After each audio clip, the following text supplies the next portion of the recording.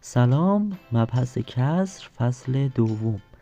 اگر ما یک عدد را برداریم خردش کنیم یا به چند قسمت تقسیمش کنیم یا چند بخشش کنیم، ما یک کسر درست کردیم.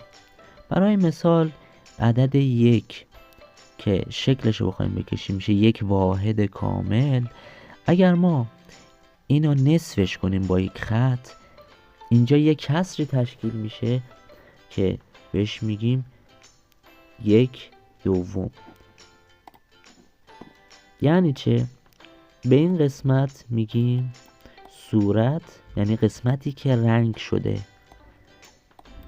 و به قسمت پایینش میگیم مخرج، یعنی کل قسمت های شکل که اینجا 2 قسمت شده. 1 2 چند قسمتش رنگ شده؟ 1 قسمت. پس بگیم 1 قسمت از 2 قسمت.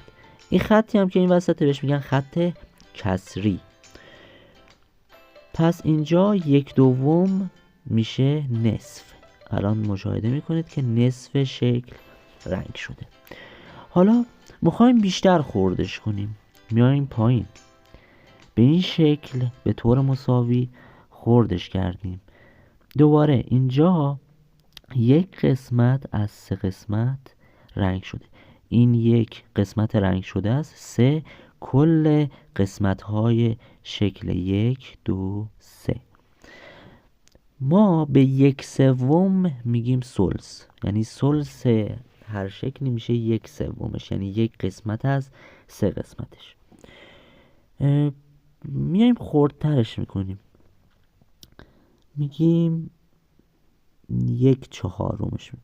1 قسمت از 4 قسمت رنگ میشه ربع، بهش میگیم ربع. میایم خردترش میکنیم، میایم 5 قسمتش میکنیم و 1 قسمتش رنگ میکنیم، میشه 1 قسمت از 5 قسمت که بهش میگیم خمسه عدد 1 یا 1 واحد کامل.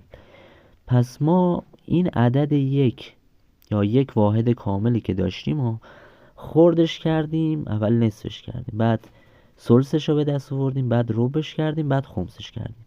یعنی چه؟ یعنی اول که کامل بود، بعد 2 قسمتش کردیم، بعد 3 قسمتش کردیم، بعد 4 قسمتش کردیم و بعد 5 قسمتش کردیم و اونا را به شکل کسر نوشتیم. 1/2 1/3 1/4 و 1/5.